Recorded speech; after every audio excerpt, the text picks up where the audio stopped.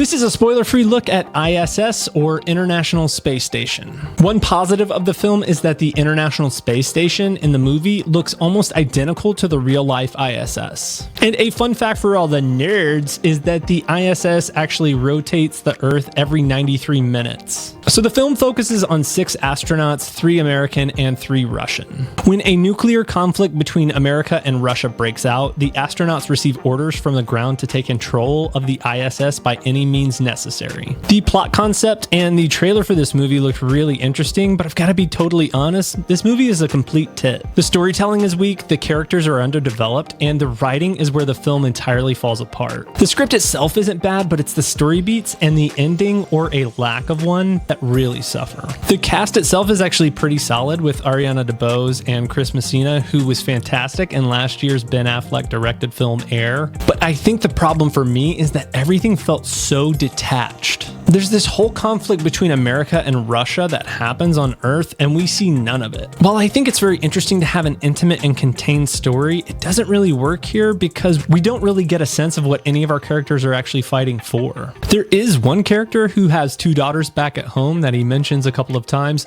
but they never show a picture of the girls, and that would have been a perfect moment to have a touchstone or something from home for us to actually care about for these characters. If you compare it to something like Christopher Nolan's Interstellar, where Cooper is watching messages from his children, it gives that touchstone back to Earth to show why this matters and why we should actually care about the characters that you're presenting us. Now, I'm not saying this film has to be Interstellar, but it does show the difference between a filmmaker who wants to show you a connection and make you actually care about what's going on versus someone who is just kind of moving the plot forward. Every character motivation felt entirely written as opposed to being authentic and how these characters would actually react in those situations. So much of this story ended up feeling very contrived, and so many of the characters made decisions counter to their own logic. Oh hey, we just got an alert from our government to take over the space station by any means necessary. I bet the Russians got that same message too. Perhaps I should go out of the station by myself to check an antenna. I'm sure nothing bad will happen. Also, the fact that this movie was rated R was an interesting choice.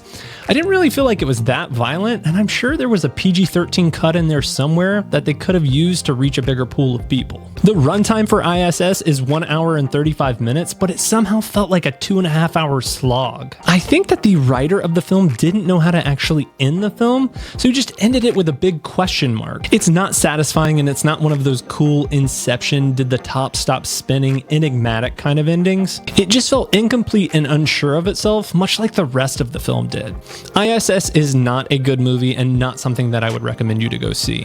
If you're looking for something good to watch this weekend, Poor Things is still out and Wonka is also out, and those are both great films. If you want something else to watch, click here and I will catch you in the next one.